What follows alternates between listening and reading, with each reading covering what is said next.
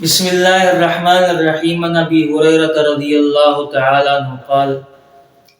قال ابو القاسم صلی اللہ علیہ وسلم والذی نفس محمد بیدہ لو تعلمون ما اعلم لبکیتم کثیرا ولضحکتم قلیلا رواہ البخاری۔ حضرت ابو ہریرہ رضی اللہ تعالی عنہ سے روایت ہے کہ سیدنا ابو القاسم صلی اللہ علیہ وسلم نے فرمایا کہ قسم ہے وہ ذات پاک کی کہ جس کے قبضے میں میری جان ہے،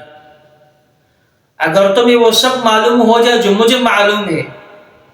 تو تمہارا ہنسنا کم ہو جائے گا اور رونا بہت زیادہ ہو جائے گا۔ مطلب یہ ہے کہ اللہ تعالیٰ کی شان بے نیازی اور اس کے قہر اور جلال اور قیامت اور آخرت کے ہولناک لرزخیز احوال کے متعلق جو کچھ مجھے معلوم ہے اور اللہ تعالیٰ نے جو کچھ مجھ پر منکشف کر دیا ہے، اگر تم کو بھی اس کا پورا علم ہو جائے اور تمہاری آنکھوں کو بھی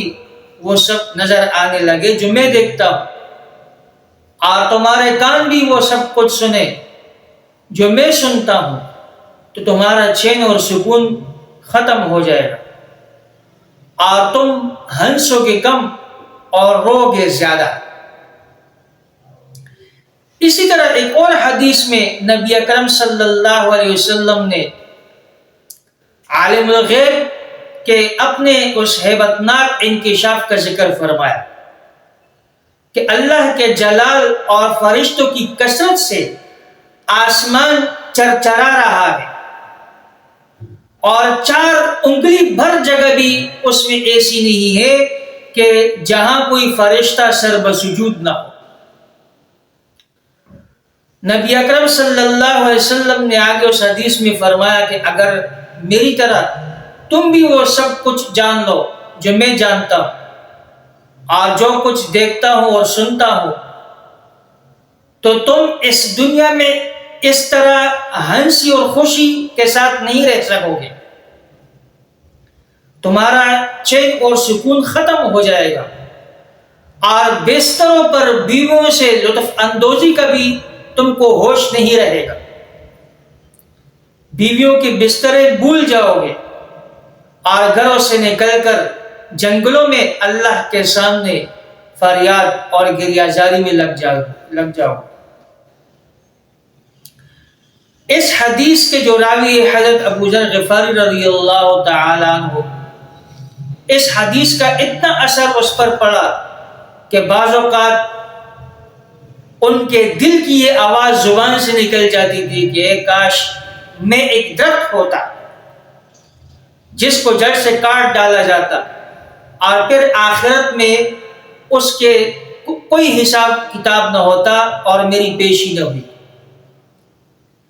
چونکہ اللہ تعالیٰ کو انسانوں سے خلافت عرضی کا کام لینا ہے، اور وہ جب ہی ممکن ہے کہ انسان اس دنیا میں اطمینان اور سکون کے ساتھ رہ سکے، اس لیے وہ حقیقتیں اور وہ چیزیں عام انسانوں سے پردہ غیب میں رکھی گئی کہ وہ انسانوں پر منکشف تھا، جن کے انکشاف کے بعد آدمی اس دنیا میں سکون نہیں رہ سکتا، اس دنیا میں پرسکون نہیں رہ سکتا، اس کا سکون ختم ہو جائے گا اگر وہ اس پر منکشف ہو جائے، جیسے کہ قبر کا عذاب ہے، جہنم کا عذاب ہے۔